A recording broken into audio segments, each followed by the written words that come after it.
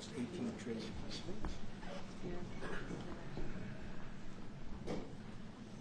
Well, thank you very much, everybody. It's an honor to have the Prime Minister of Canada, Mark Carney, who I have made very popular. He's an extremely popular Prime Minister, and I'm very honored to do it because I liked him right from the beginning. I've liked him, and we've had a good relationship. We have some natural conflict, but we will probably work that out. But we've had a very strong relationship, and your hosting of the various countries that showed up, that was a beautiful job you did, and I appreciate it very much. We're going to be talking about trade. We're going to be talking about a lot of different things. We'll certainly be talking about Gaza. We're in very serious negotiations to, I guess you could say, depending on the way you count, 3,000 years. You could say 500 years. You could say, but that it's been raging for a long time. And I think there's a possibility that we could have peace in the Middle East. It's something even beyond the Gaza situation. We want a release of the hostages immediately, etc. And so our team is over there now. Another team just left, and other countries, literally every country in the world has supported the plan. Yep. I don't think there's anybody that hasn't, actually, not that I've seen. But there's a real chance that we could do something, so you may have some questions on that later. But in the meantime, we'll spend some time and we'll make some deals and we'll do some things that are good for both of our countries. And Mark, it's an honor to have you. Thank you very much. Thank you very much, Mr. President. If I may, you kindly hosted me and some of my colleagues a few months ago, and I said at the time, you are a transformative president. And since then, the transformation in the economy, unprecedented commitments of NATO partners to defense spending, peace from India, Pakistan through to Azerbaijan, Armenia, disabling Iran as a force of terror, and now, and I'm running out of time, but this is in many respects the most important. The merger of Canada and the United States. That wasn't where I was going.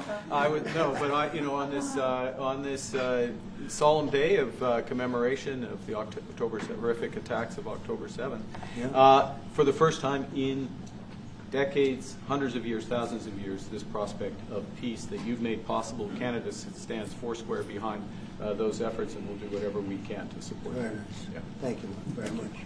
Any questions? Is there any, what would it take for you to drop or lower your tariffs on Canadian sectors, including aluminum and steel? Well, we're going to be talking about that with the Prime Minister.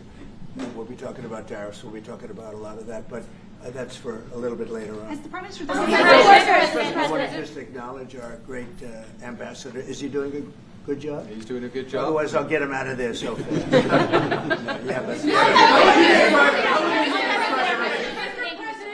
Is it the White House's position that furloughed workers should be paid for their back pay?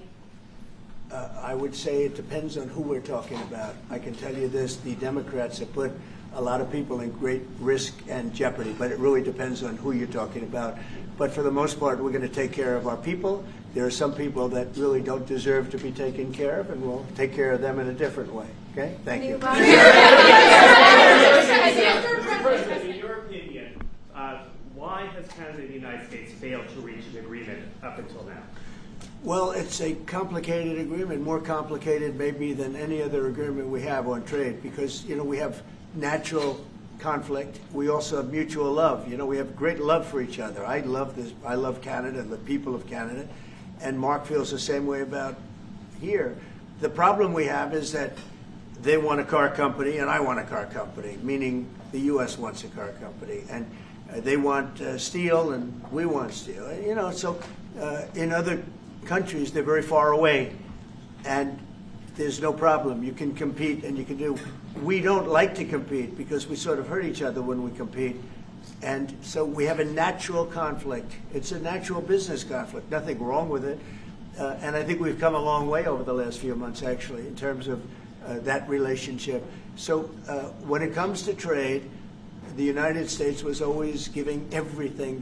They gave everything to Canada. They would let car companies leave here and go to Canada. But that hurts the United States. And, other presidents didn't see that. They weren't business-oriented. They might have been good politicians in some cases, not in all cases. They were bad at both. But it's a very natural conflict, and it's something that we're working on. Canada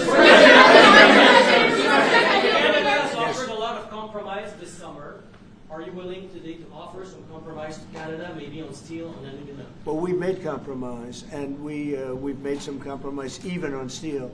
But, we have the same basic authority and the same basic. This could be also a little bit of a conflict with other countries all over the world on steel, because we want to make our own steel. We don't want to bring steel in for the most part, but we will bring it in, and we do bring it in. We continue to bring it in from Canada, but there is a tariff to pay. And I think that would be a normal thing to say, but we've come a long way. I think, Howard, we can truly say. Do you want to make a comment on that? Well, I think the opportunity to work together, but as you've said, there's conflict.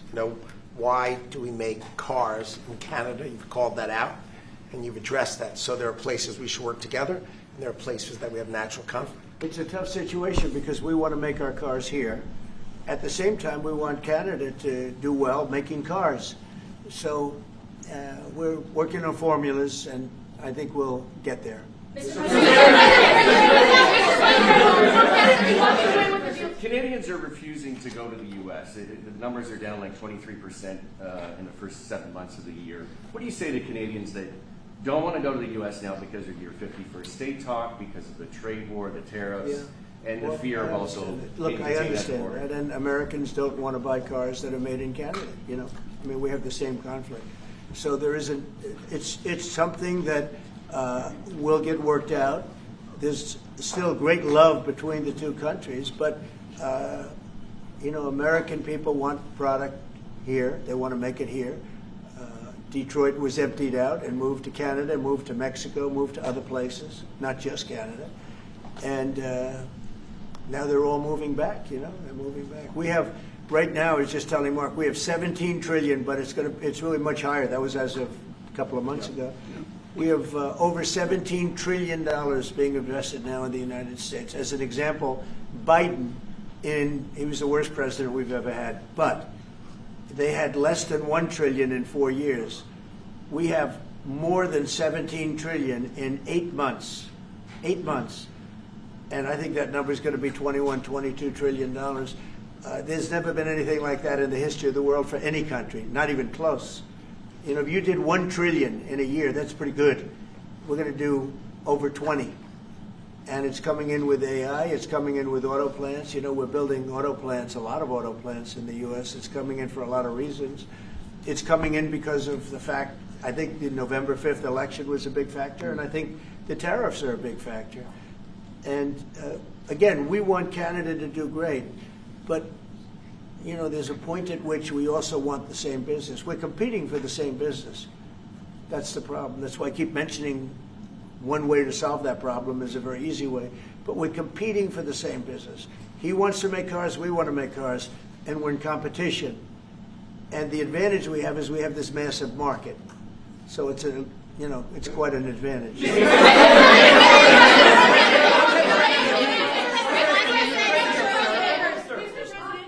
President, can we talk about Portland for a second? Are you planning to invoke the Insurrection Act?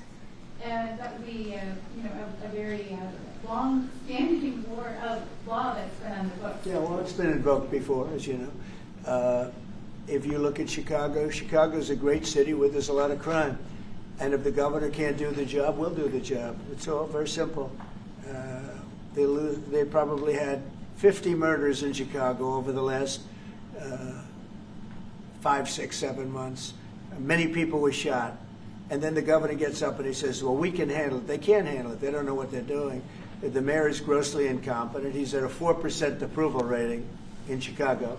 He's at a 4%, lowest approval rating, lower than even de Blasio had, which is hard to believe in New York. I thought de Blasio would always maintain that record, but the Chicago guy is even lower. So I think that we want safe cities. If you look at D.C., you would right now, Mark, you could go out, take your family out to dinner, you could walk right down the middle of the street. There is no crime in D.C. When I got here, this place was a raging hellhole where people would come from Canada, people would come from other places and end up getting shot. Nobody's being shot. The National Guard's been unbelievable. I mean, they are strong, tough guys. You know, we won something at the Supreme Court, which is a big deal, merit. Everything now in this country is merit-based. I didn't think I'd ever see it again. And we have our soldiers are merit-based too, and they're central casting. And they walk through that town, and I'll tell you what, this place is safe. It's beautiful. Now we're in Memphis, and the same thing's happening. You're getting the reports. The bad guys are saying, we don't want anything to do with this. And we're removing many people. In D.C., we took out 1,700 career criminals and sent them back to the countries from which they came, mostly led out by Biden and his people that had an open border policy. And you know, Canada, you suffered because of that too, because they'd come here and they'd go into Canada also. So we're like a buffer for that in terms of, Canada suffered greatly by Biden and the open border, the policy of open border, totally unchecked, totally unvetted. And these people were, you know, if you got 5%, 2%, now you were getting a lot of bad people. And we now have a closed border. Yep. You've done well. Yep. We have a closed border, and it's a really closed border. In fact, for 4 months, I don't even know if this is possible, but the figures were released. 0 people were able to come into the United States from the southern border. 0. And as you know, we've taken a very hard stand on drugs. This is also benefiting you. A lot of we call them the water drugs, the drugs that come in through water. They're not coming. There are no boats anymore. Frankly, there are no fishing boats. There's no boats out there, period. If you want to know the truth, we say, does anybody go fishing anymore? The fact is, we knocked out, probably saved at least 100,000 lives, American lives, Canadian lives, by taking out all those boats coming in. So it's, and now they don't come in that way anymore. Now they'll come in other ways, and we're not going to allow that either. So we've done a great job on that. But on crime, Chicago's a great city, but you can't be a great city if you have murders and if you have a lot of problems, and they do.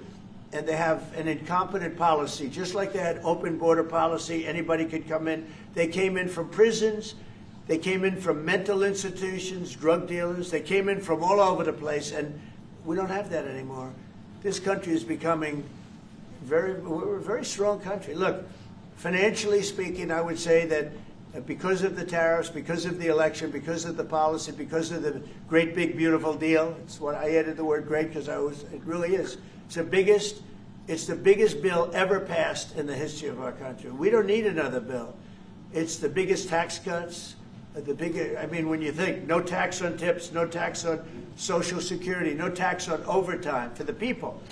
But far beyond that, what it does is incentivizes auto plants and AI and all of the things that nobody's ever passed a bill like it. We don't need another bill. We don't need any more bills. I said, let's get it all at once. I was greatly helped by our Speaker, Mike Johnson, and by the Senate. I'll tell you what, John Thune's both of those guys have been incredible. And we got a bill passed that I said, let's see if we can get it all done. Because these Democrats are like insurrectionists, okay? They're so bad for our country. Their policy is so bad for our country. I said, let's see if we can get it all done and everybody said it's not doable. Because it's the biggest bill ever passed in the history of our country. And we got it all done. We don't need anything else. We got everything we want. And now, because of that, that's a big reason why the companies are coming in. 1 year depreciation, 1 year write-off, 1 year expensing. Nobody's ever seen anything like it. So they're coming in from all over the world. But to have a great country, you can't have crime. And we don't have crime, but we have cities where there's tremendous crime. And Chicago's one of them. And if the governor can't straighten it out, we'll straighten it out. Thank you.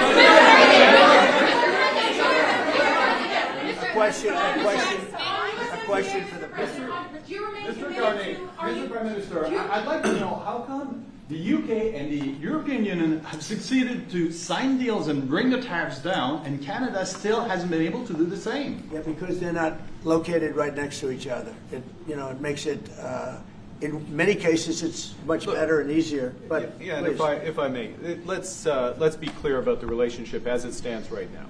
We are the second largest trading partner of the United States. We do a lot of trade going across the border where we're cooperating, first thing. Secondly, we are the largest foreign investor in the United States. $500 billion in the last 5 years alone, probably $8 trillion in the next 5 years if we get the agreement that we expect to get. Thirdly, there are areas, as the President just said, where conflict, maybe not so much conflict, we compete. There are areas where we compete, and it's in those areas where we have to come to an agreement that works. But there are more areas where we are stronger together, and that's what we're focused on. And we're going to get the right deal for America, right deal, obviously, from my perspective, for Canada.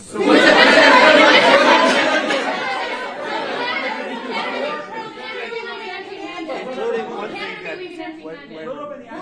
wait. So one thing where we are working very closely is the Golden Dome. That's the protective mechanism, and you see how that works. It's unbelievable. Ronald Reagan wanted to have it, and at that time they didn't have the technology, even close to the technology. But he was advanced, and we'll be working together on a Golden Dome for the two countries, and it's something that I think is going to be very important. Especially when you look at the world, you look at what's happening. We want to have that protection. It's really amazing. The technology is unbelievable.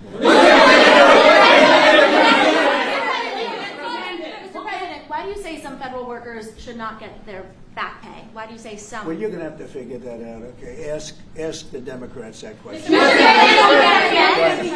Mr. President, just to follow up there, I mean, the law says that when the government is reopened, that workers will receive their back pay. So are you going to defy the law there, or what are you hoping? I follow the law, and what the law says is correct, and I follow the law. Mr.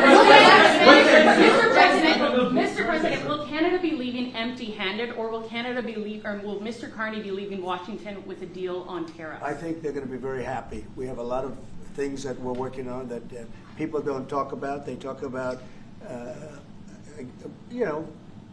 competitiveness. She's a very competitive person. And they talk about things that we don't necessarily agree on. But I think they're going to walk away very happy. I think so. Mr.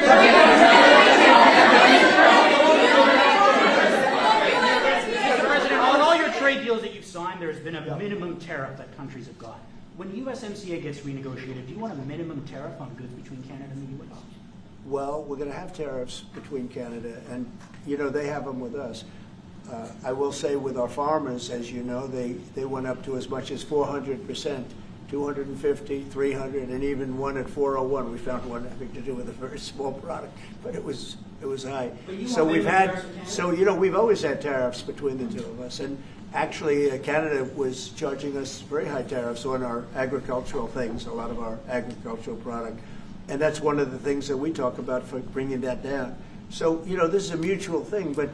We've been charged tariffs. Look, we're the king of being screwed by tariffs, just so you understand. And I'm not talking about with Canada. I'm talking about with countries all over the world. When you look at Europe, when you look at China, when you look at all of the, almost every country charged the U.S., we didn't charge them. Because we were led by stupid people in many cases. Stupid people. They took advantage of our country. They're not taking advantage of us anymore. If you looked at European Union, they're all my friends. I don't blame them. I blame our presidents. I blame our past presidents and, business leaders. But we are the king of countries that have been taken advantage of for many, many years. We've been paying trillions and trillions of dollars and receiving nothing at all. As an example, prior to the deal with Europe, where they pay a lot of money, but they're happy and I'm happy. The deal was good. It's a fair deal, but it wasn't fair. You couldn't put a car into Europe. You couldn't sell your agriculture into Europe. You couldn't do anything. And now we have it so that it's open. We charge them tariffs. We didn't charge them tariffs a car. They charge us tremendous. I said to Angela Merkel once, I said, how many cars have gone to Germany from the United States? And she said, well, I don't believe any. And I said, you're right. You're right. Well, that doesn't happen anymore. And they're paying a fair amount. It's just a fair amount. It's not. I could ask for much more. It's a fair amount. But the United States now is using the same thing that they've used on us. And I just can't believe it's taken presidents so long to do this. And again, we're going to treat people fairly. We're going to especially treat Canada fairly. But I can't believe it's taken so long where we get charged and don't charge them. Japan was a good example. We made a deal with Japan. You saw that, Mark? Yeah. A deal with Japan. It's a much different deal than we've had in the past. But they would send us millions of cars, no charge. We weren't allowed to send them cars. We sent no cars. I doubt you had one car go into Japan because we were restricted. They didn't want our cars. Same thing with Europe, same thing with other places. So now all we do now is fairness. But fairness leads us to the most successful country there's ever been. You know, we have some advantages over other countries, and we do have a great market. We have an amazing market. But you know what? If I let this go, if we didn't win this election, if we had these people that were running, that were ruining our country, destroying our country with their open borders and men playing in women's sports and transgender from everybody and windmills all over the place, if we allowed that to go on for another couple of years, we would be, I'm not sure that we'd even have a country.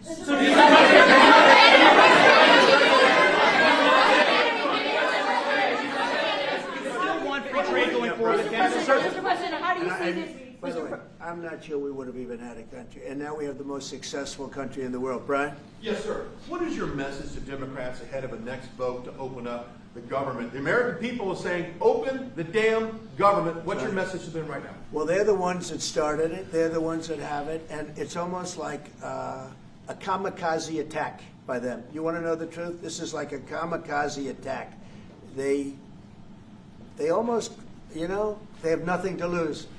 They've lost the elections. They've lost the presidential election in a landslide. I saw the other day where Kamala said this was a very close election.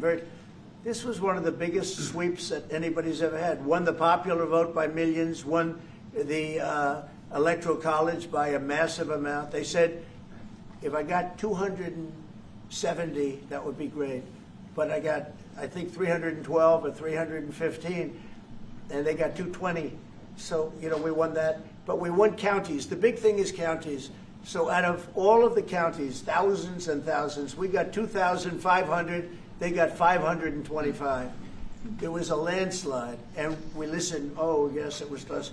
It was one of the greatest victories ever. And it was a mandate to do what we're doing. And I hope, and Mark wants this as much as I do, we are very close to making a deal on the Middle East that will bring peace to the Middle East.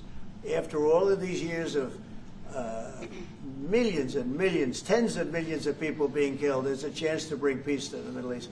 In addition to that, I made 7 other deals, and they're, you know, great. And we're, you know, things are happening with respect to Russia, Ukraine. That's one that last week, Mark, 7,812 people were killed. Soldiers, mostly soldiers. But 7,000, more than 7,000, almost 8,000 soldiers were killed. It's a crazy thing. I thought that would have been one of the easy ones. I get along very well with Putin, and I thought that would have been, I'm very disappointed in him because I thought this would have been an easy one to settle, but it's turned out to be maybe tougher than the Middle East. We'll see what happens with the Middle East.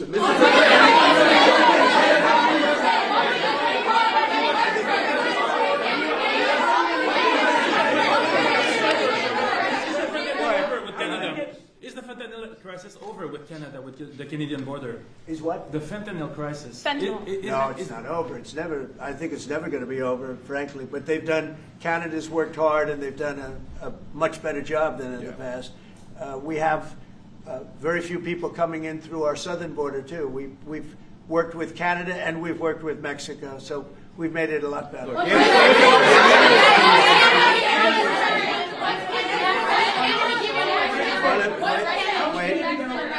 On fentanyl, any amount is too much. So we've gotten it down. It's down substantially. It's less than 1%, but it's still too much. It's too much at home in Canada. A lot of people. Yeah, we got to stop On Russia, it. Mr. On USMCA, are the two of you both committed to seeing it through in the renegotiation of that deal that you made? Well, we could renegotiate it, and that would be good, or we could just do different deals. We're allowed to do different deals if we want. We might make deals that are better for the individual What's your preference? countries. I don't care. I want to make whatever the best deal is for this country, and also very much with Canada in mind. Go ahead, sir. Sir, on China, what more can the United States and Canada do together to counter China? Well, you have to be able to compete. They're a great competitor, and Mark and I both know that, and you have to be able to compete. We have big advantages over China for lots of different reasons, and I think we're doing very well with China. I get along very well with President Xi. I'm going to be meeting him in a few weeks, as you know. I'll be meeting him in South Korea. But we've had a very good relationship for a long time. But you have to be able to compete. To do well with China, if you can't compete, you're not going to do well with China. And Canada is very competitive.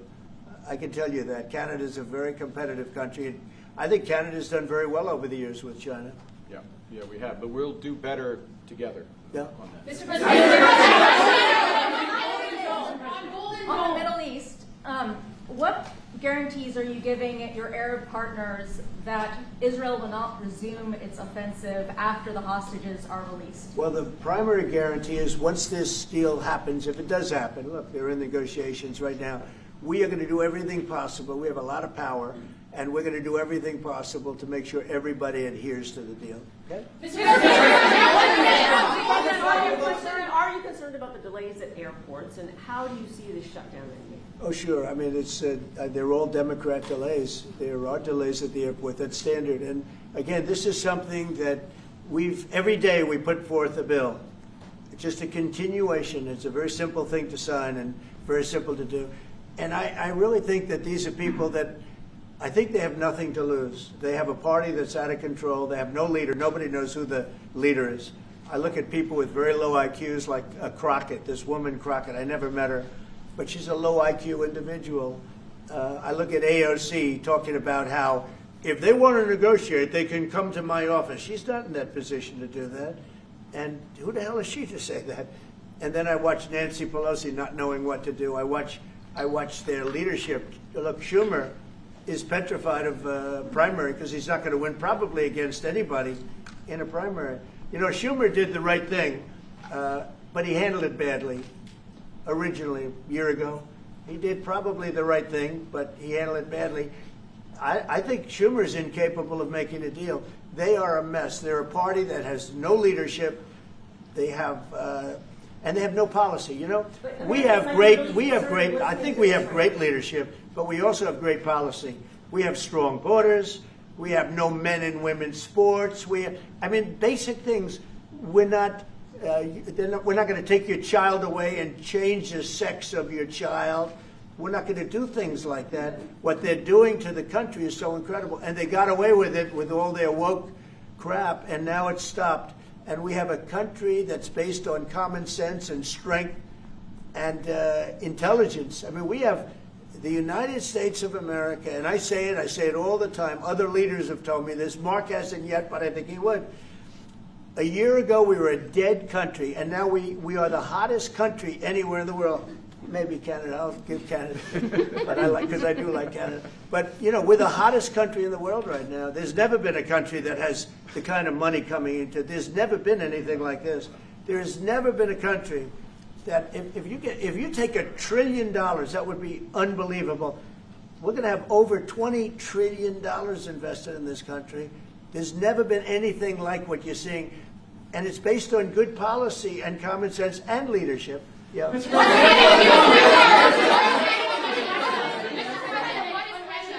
President, what is Canada giving you in return? If you say Mr. Carney is going to be leaving Washington happy, what's Canada giving you in return? Well, you'll find out, but I think the people of Canada, they will love us again. Most of them still do. But if you say only 25%, I assume a lot of them, I think they love us.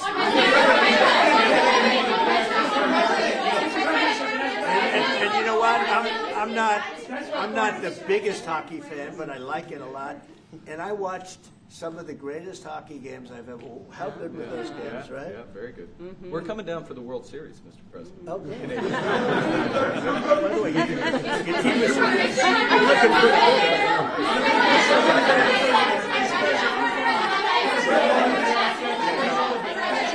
President, will you sign a trade deal with Canada that doesn't include supply managed goods like dairy, for example? If the federal government said Well, that's off if the you table. would include dairy, I mean, it's going to include everything. We'll do a comprehensive.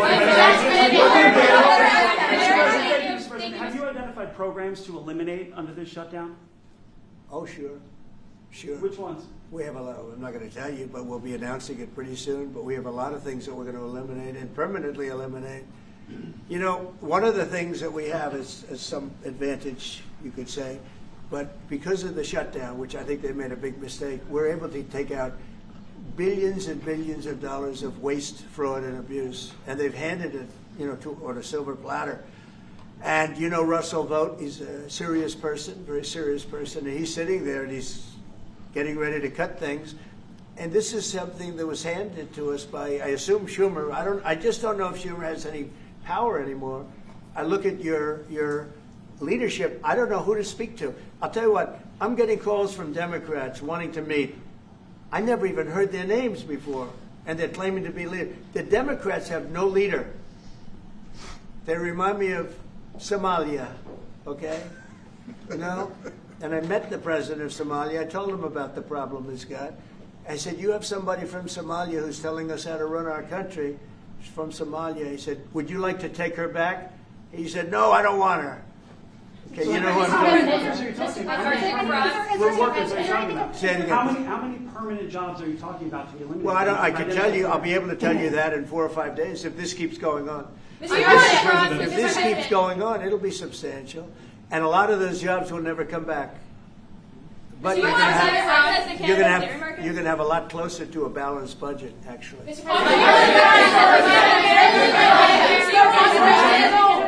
there anything the Prime Minister has done that's making it more difficult to reach a deal? Say it? Is there anything that the Prime Minister has done that's making it more difficult or easier to reach a deal? No, I think he's a great Prime Minister. I mean, he could represent me anytime. I will tell you, I'm not saying that because no, he is a very strong, very good leader.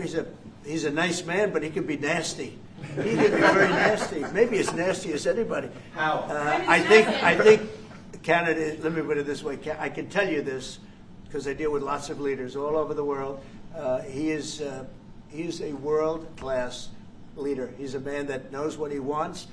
And I'm not surprised to see that he won the election and won it substantially. And I would think he's more popular now. He's a good man. He does a great job, and he's a tough negotiator. So then